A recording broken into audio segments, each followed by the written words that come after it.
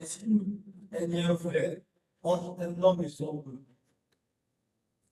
Le peuple gabonais a vu, a scruté, a douté parfois, il a émis des critiques, des réserves, des reproches.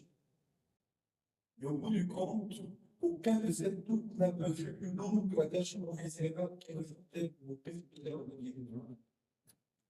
Ce que nous avons choisi, ce n'est pas seulement un candidat, c'est une âme, c'est un homme.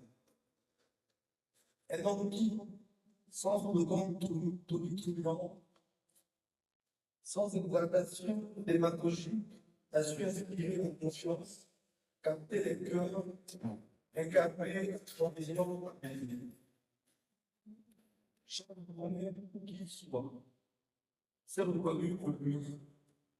Et cette reconnaissance mutuelle a reconnu que ce que nous avons tous vécu, implicite populaire.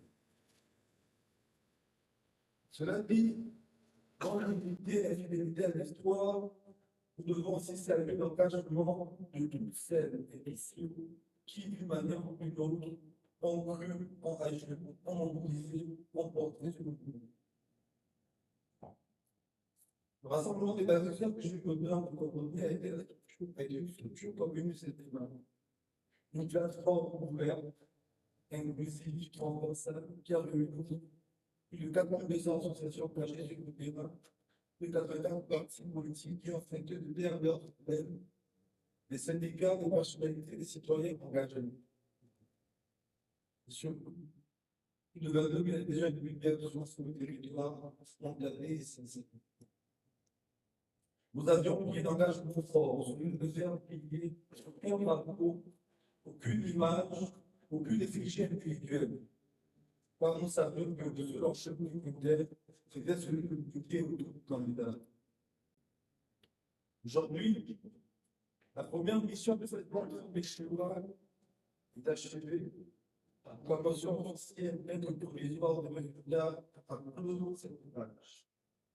Et conformément chaque entité ce jour sur l'autonomie pleine entière dans son image, sa parole et son action. Mais les questions essentielles demeurent. Allons-nous abandonner l'outil qui nous a permis de réussir? Allons-nous laisser ce discours, cette force populaire, née dans les normes de l'union par la volonté du peuple? La réponse est non. On ne désire pas ce que l'histoire a mené. On ne disperse pas ce qui est sûr, c'est dans les normes. On structure, on réveille, on transforme. C'est pourquoi nous avons décidé de convoquer une assemblée générale du Rassemblement des bâtisseurs le samedi 19 avril 2025.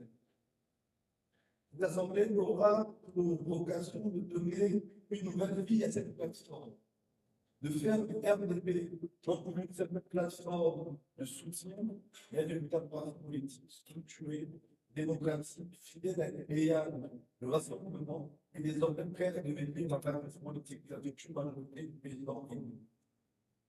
Car il faut le dire avec clarté, élire un président, c'est bien, mais lui donner une majorité cohérente, loyale, forte, c'est nécessaire.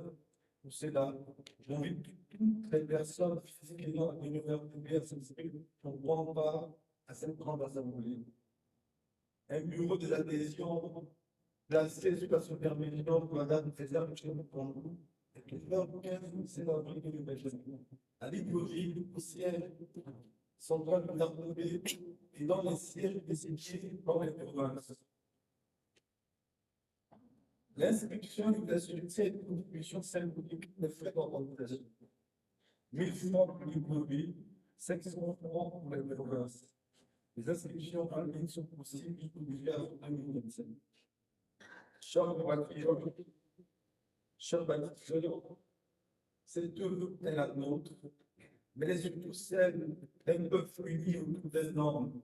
C'est parce que cette œuvre va se parler à l'âme de la nation que la nation peut ouvrir sa confiance. Ne tournons pas la page, écrivons là-dessus. Ne cassons pas le sort, élivrons l'édifice.